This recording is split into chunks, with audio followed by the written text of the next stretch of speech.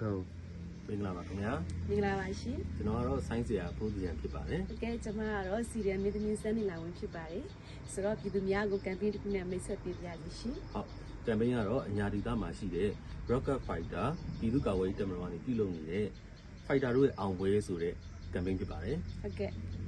ဒီ campaign ကတော့ငွေကြေးဆိုရင်တော့ဒါ300 campaign ပေါ့နော်။ဒီ campaign ရဲ့ရည်ရွယ်ချက်ကတော့ရှေ့တန်းမှာတကယ့်ကိုရိုးရိုးရှင်းရှင်းနဲ့တိုက်ပွဲဝင်နေကြတယ်။ကျွန်မတို့ရေးဖော်တဲ့အတွက်ပေါ့နော်။အသက်အန္တရာယ်ကတကယ့်ကိုအရေးကြီးပါတယ်နော်ဒီအသက်အန္တရာယ်ကိုကောက်ွယ်ရအတွက်ကြီးကာလုပ်တဲ့ campaign ဖြစ်ပါတယ်ရှင်300 campaign မှာ အဲ့တော့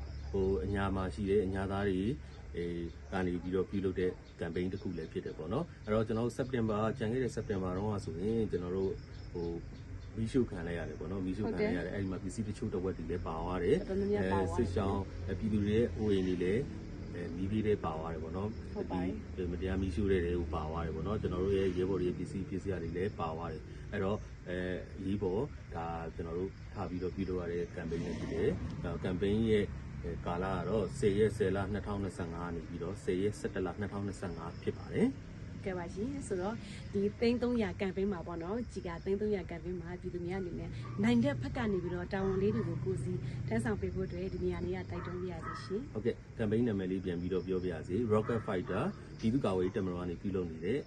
Fighter တို့ရဲ့အောင်ပွဲဆိုတဲ့ campaign